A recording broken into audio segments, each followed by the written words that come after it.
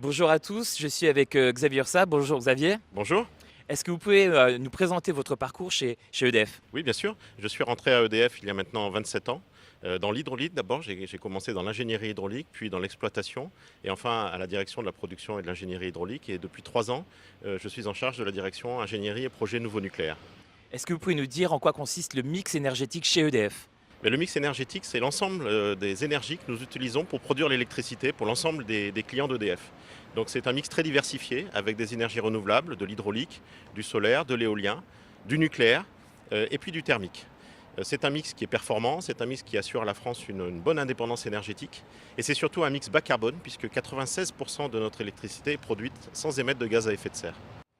La difficulté, c'est comment est-ce qu'on arrive à régler ce mix, sachant qu'en fonction des heures du jour, des saisons, les productions ne sont pas les mêmes et qu'il faut en permanence ajuster pour répondre aux besoins de consommation? Voilà, tout à fait, parce que dans l'électricité, il faut constamment adapter la production à la consommation, avec un peu de stockage, mais finalement assez peu. Donc il faut constamment anticiper la consommation pour le lendemain, pour les jours à venir, et puis surtout ensuite utiliser l'ensemble des moyens dont nous disposons.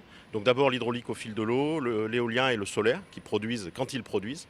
Ensuite, bien entendu, et de manière très importante, le nucléaire, qui assure la base de notre production d'électricité, et qui peut d'ailleurs moduler sa production en fonction de la consommation. Et puis enfin, pour les pics de consommation, à midi, le soir, en hiver, le thermique et l'hydraulique de lac qui sont utilisés pour leur modularité, leur capacité à agir vite et leur forte puissance. Merci Xavier pour ces explications. Avec plaisir. À plus tard.